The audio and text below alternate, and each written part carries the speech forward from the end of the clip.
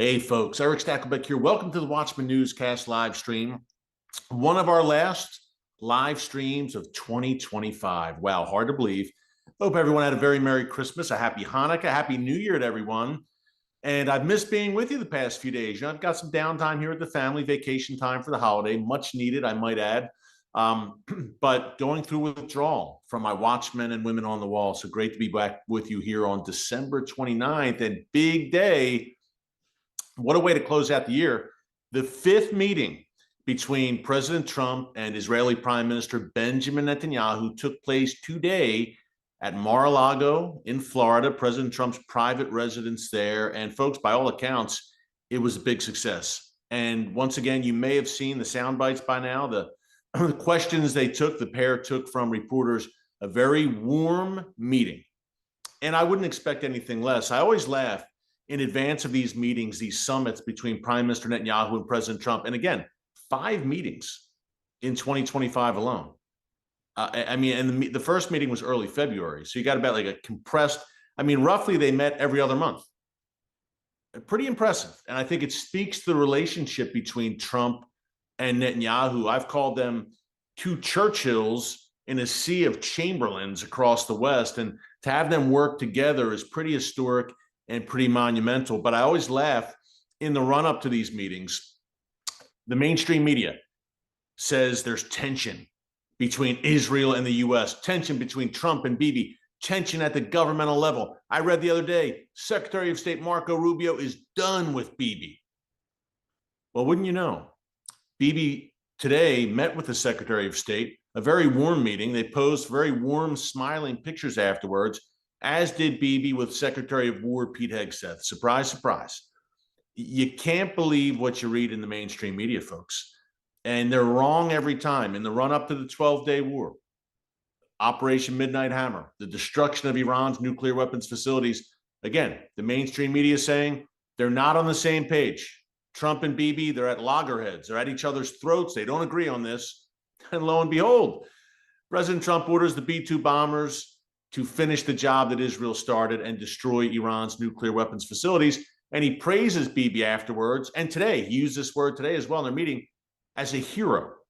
So President Trump is calling the Prime Minister of Israel a hero and demanding Bibi's pardon for these, no pun intended, trumped up charges, bogus kangaroo court that he's facing in Israel right now. So President Trump continues to advocate for Prime Minister Netanyahu. He said in the meeting today, look, Bibi's a tough cookie and he can be difficult, but he has to be.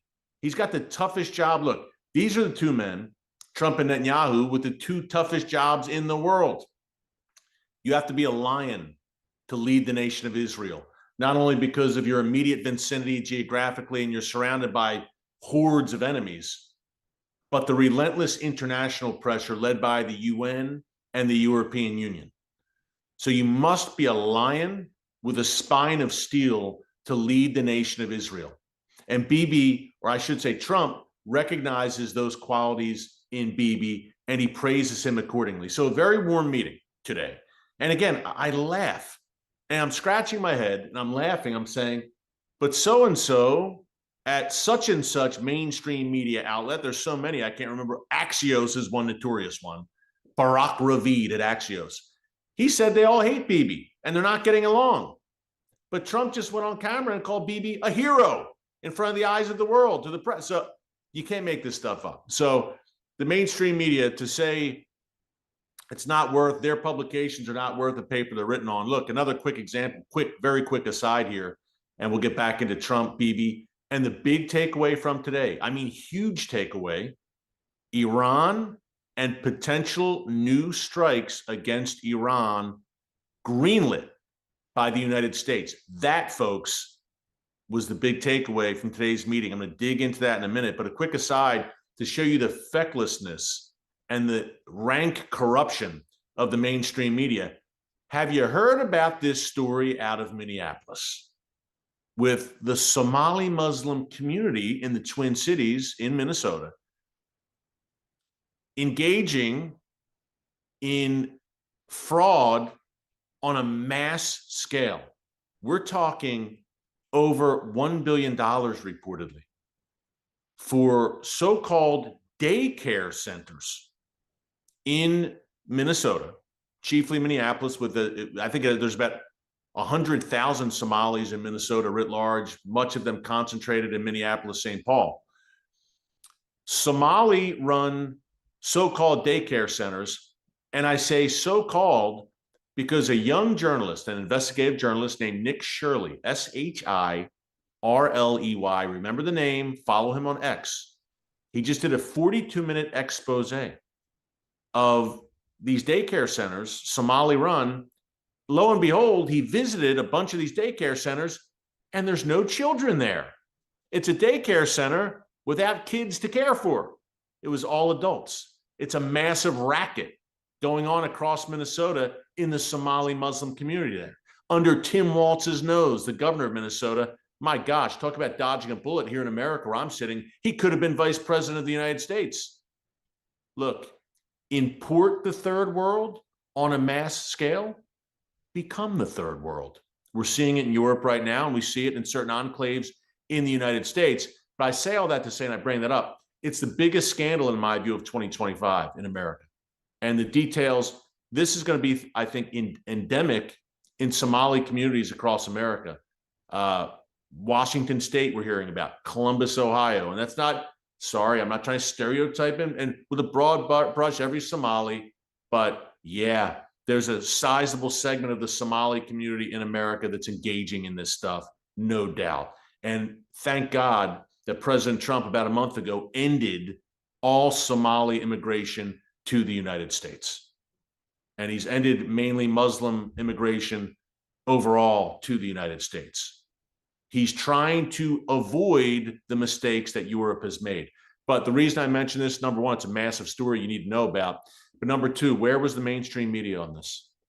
The Minneapolis Star-Tribune, the biggest newspaper there, was basically saying, no, it's bogus. There's no fraud. A few weeks ago, they were saying this. New York Times, CNN, none of them. This broke, I think, Saturday. This young journalist, Nick Shirley, check it out on X. And not one mainstream media outlet has picked it up. Only Fox News has picked it up. That's it. That's the state of the mainstream media. So there should be no surprise about Trump and Bibi and all the racket and noise leading up to their meetings and the reports of supposed discontent between the two parties. Nonsense. Nonsense. We're going to dig into this deeper. We're going to dig into, number one, comments by Iran's president just yesterday in the run-up to the Bibi-Trump meeting, the timing not coincidental. He declared that Iran is in a, quote, full-scale war with the United States, Israel, and Europe. That's a direct quote from the president of Iran. Look, the supreme leader is the ultimate power broker in that country, but the president is the number two man. He makes most of the public appearances and meetings with heads of state, et cetera. He does a bunch of those. He's kind of the regime's face to the public, to the world. And he's declaring a full-scale, all-out war with the United States, Israel, and Europe. And thankfully, Israel and America recognize this, that we're in a war with Iran. It's not a shooting war right now, but at times it has been, clearly, June 2025, and it looks like it's going to be again very soon because the Iranian regime has not gotten the memo. And we'll elaborate what President Trump said today, why it was so important. By the way, Europe does not realize that it has a war being waged against it by the Iranian regime. And look, not only the Iranian regime, Europe is under assault by Sunni Islamists. It's an invasion, but it's a very peculiar kind of invasion because Europe has welcomed the invaders in. Come on in, guys. There were days when Europe had walls and castles and moats to keep invaders out. Now they wave them on in. Come on in, guys. Conquer us. Destroy our civilization. Undermine Judeo-Christian Western civilization. Supplant us, please. What a moment we're in the West. And I consider Israel part of the Western world because Western civilization was born on Mount Sinai 3,500 years ago when God presented Moses with the 10 Commandments. Then that civilization flowered and bloomed in Jerusalem biblical principles and spread to the West. People have said, you can't say Judeo-Christian civilization, just Christian civilization. Good luck with that, because Jesus is a Jew from Judea. So yes, Judeo-Christian civilization, but I digress. But okay, we're going to dig into Trump and Bibi. Real quick reminder before we do, hey, if you haven't subscribed yet, you like what you're hearing, current events, breaking news, mainly out of the Middle East, but America, Europe, Russia, China, whatever's going on in the world, we are hitting on it. Make sure to subscribe, click the notification bell so you get alerts every time a new video is posted. Hey, the year is over in 3 days. Hard to believe. January 1st is upon us. 2026 is upon us. We've got some big plans for the channel in the new year. We'd love to hit 1.1 million subscribers by the end of the year. I think we're a little under 3,000 away. Could we have a late rush here, a late push, a late surge where we reach 1.1 million? Again, we're under 3,000 away. Just a goal our team sets. Just keeps us motivated, keeps us going. You like to see that growth, and we've set that goal. And I think 70%, which is insane, of our regular viewers are not subscribed to the channel. Come on, come on. So be sure to subscribe. It's completely free. We want to reach that 1.1 million mark, not for our glory, but for the glory of God, and so that we can get this message far and wide for a broader audience for such a time as this. And we're talking about Israel, and we can't make this channel go. It doesn't work without some incredible partners. And we talk about Israel being locked in a 7-front war, a potential new war with Iran looming. It makes me think of our partner for today's live stream, Magen David Adom. Now, you've heard me talk about Magen David Adom throughout 2025 and 2024 for that matter, and for good reason. They are Israel's emergency services system. These are Israel's first responders, paramedics, EMTs. Magen David Adom, when there is a rocket attack, a terror tunnel, any kind of terror attack, even a non-terror attack, a heart attack, a car accident, God forbid, Magen David Adom first responders are the first on the ground every single time. They dispatch every ambulance in the nation of Israel. They collect, process, and distribute Israel's blood supply, not only for Israeli soldiers, but for civilians as well. Folks, this is an amazing organization doing God's work. And guess what? It's a largely volunteer organization. 90% of the EMTs, paramedics, etc., at Magen David Adom are volunteers. They're doing this literally out of the goodness of their heart and to bless their fellow countrymen and women. So we should bless them, I think. It's SaveLivesIsrael.com. SaveLivesIsrael.com. Year-end giving is upon us, right? People are donating to organizations they love, causes they care about. Magen David Adom is near and dear to my heart. It's fulfilling that biblical mandate to bless the nation of Israel. I can't think of a clearer way to do that than to bless Israel's first responders in Israel's time of greatest need as a nation, facing a 7-front war, international condemnation, and all the rest. And the Magen David Adom volunteers have paid the ultimate price, some of them at least. Over 30 have been killed in the line of duty since October 7th, and they've lost over 17 ambulances. SaveLivesIsrael.com. If you can't get to Israel, you want to bless Israel, this is the way. SaveLivesIsrael.com. I can't think of someone who's blessed the nation of Israel more than Donald J. Trump. And Prime Minister Netanyahu said that today in their meeting at Mar-a-Lago. He said, quote, Israel is blessed, he used the word blessed, to have Donald Trump as the president of the United States right now at this juncture of history. Here's a bit more from the meeting, just reading this straight from the Jerusalem Post. And again, the big takeaway, pardon me, the big takeaway, Iran. A quick starter here, pretty funny. Trump said, we had about a 5-minute meeting and we've already settled about 3 of the difficulties. Trump gets down to business, so does Bibi. And again, this was at Mar-a-Lago today. They talked about Gaza, of course, breaking the deadlock there. Trump was adamant, if Hamas doesn't disarm, and he's used this phrase many times, all hell will break loose. We get it. I love President Trump, but at this point, I think that hell needs to be unleashed, and Hamas just needs to be crushed. Unleash the IDF to go back into Gaza and finish the job. Folks, I don't see any other way for Hamas to disarm. Do you? Leave a comment. I'd like to hear your thoughts. Do you have any confidence that Hamas without a healthy nudge, physical nudge, is going to just unilaterally disarm and lay down its weapons and its whole terror infrastructure in Gaza that it has spent decades and billions of dollars in Western aid to build up? Do you really think this international stabilization force, so-called, who's in it? Maybe Saudi Arabia, the UAE, Turkey wants to get in there, God forbid. Are they really Qatar? I mean, Qatar and Turkey are supporters of Hamas. Do you really think they're going to force Hamas to disarm? Of course they aren't. And I think everyone realizes that. And the stark choice facing everyone, the IDF's got to go back in and finish the job with Hamas. We shall see in 2026, but the moment of reckoning is upon Hamas. And either you disarm or President Trump greenlights the IDF to finish the job, or it just remains in limbo where the IDF carries out surgical strikes when it needs to in Gaza, and Hamas is lurking in the shadows there. And that, to me, doesn't seem sustainable over the long term. So we shall see. That's a vexing issue that was on the table today in this meeting. Also, Hezbollah. And when you're talking Hezbollah, you have to talk their patrons in Tehran, the Iranian regime. This was the main topic of discussion.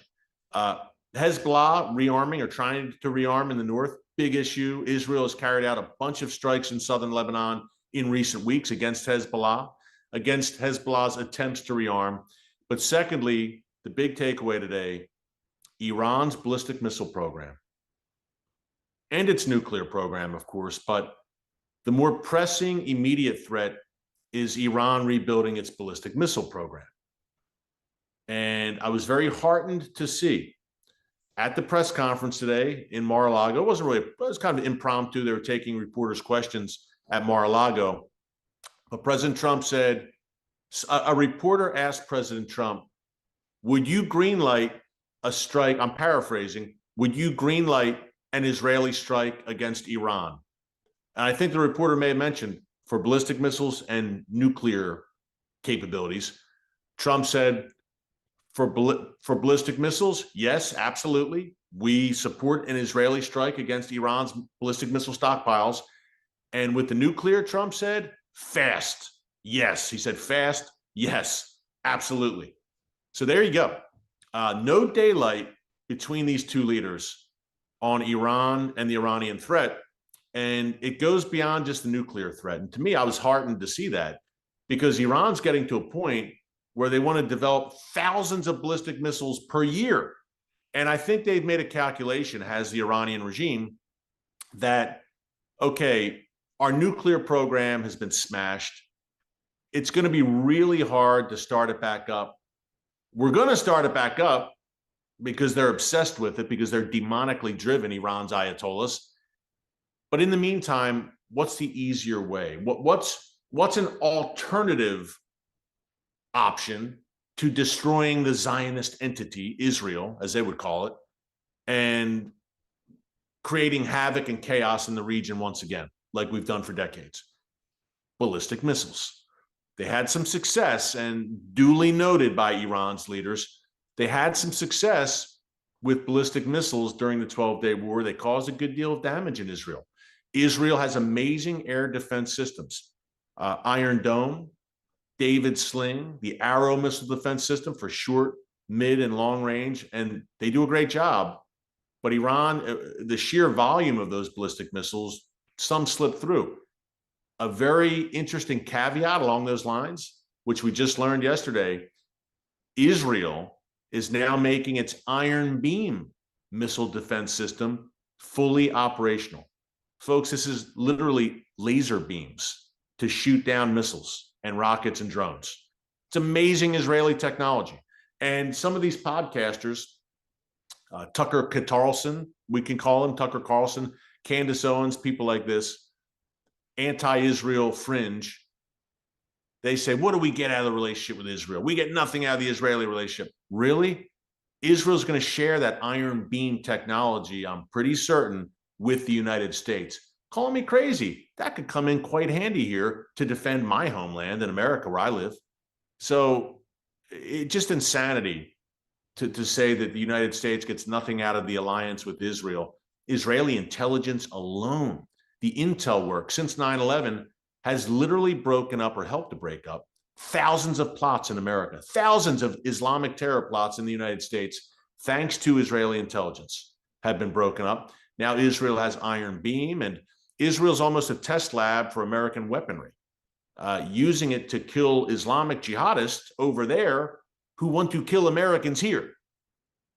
But again, we could go on. But Trump greenlighting, he gets it, the ballistic missile threat, because that is a threat also to the U.S. in the region, right? American soldiers in Syria, Iraq, American shipping in the Persian Gulf, etc. If Iran has ballistic missiles, they can hit American interest as well. Once again, and Trump realizes this, Israel is the first line of defense for America and Western civilization in the belly of the beast, the Middle East. Israel is all that's holding back the wolves of jihad from coming here in a major way. Now, Europe has invited those wolves in, but in America, Trump is saying, we're going to keep you out. Israel is fighting the good fight against entities and forces that want to kill all of us, no matter where you live in the free world. And Trump gets that. So some more comments here about Iran, some big warnings and threats from Trump. Let's see. He said, if Iran is behaving badly, the consequences, Trump said, will be more severe than last time. And he said, Hezbollah is also, quote, behaving badly. I love behaving badly like they're children. And we will see what to do, Trump said about Hezbollah. And wow, what a statement here. And I agree. I feel that if you had the wrong prime minister at this moment in history, Israel would not exist. I think he means Israel as we know it. We know Israel will always exist because we've read the Bible and we've read it to the very last page. But look, with a weak prime minister in office right now, someone who didn't have a spine of steel, and to me, Bibi is a modern day Churchill. Could you imagine a leftist globalist in power in Israel at this juncture? I mean, horrific, even the thought of it. For that matter, a Kamala Harris-Tim Walz duo in America right now. God forbid. I mean, we in America, when President Trump narrowly dodged that bullet, America dodged a bullet and the free world dodged a bullet, because he's the one leader outside of Bibi right now who is showing backbone and who is defending as this dark shadow of jihad, globalism, leftism, descends upon what used to be the Western world. Trump is staying there with his arm extended and saying, no, not in America. And Bibi likewise in Israel. And that's why the world hates America and Israel, much of the world, because we're the two standard bearers for Judeo-Christian Western civilization, for biblically based civilizations. Not that everyone practices biblical values in America and Israel. I'm well aware of that. But that was the, no pun intended again, genesis of our civilizations in Israel and America. Yeah, that we've strayed, but the foundations were biblical, no doubt. Israel dating back almost 3,500 years, and America 250 in 2026, by the way, 250 years old, the United States of America. Biblical foundations. Anyone who wants to say the founding fathers of this nation, they weren't Christians, they weren't godly men, rubbish. Not true. We don't have time on this particular live stream to walk through that, but check out David and Tim Barton, two of my favorite historians who will school you there. But very productive meeting today. And Trump said about Iran also, I hear that Iran is trying to build up again. And if they are, we're going to have to knock them down.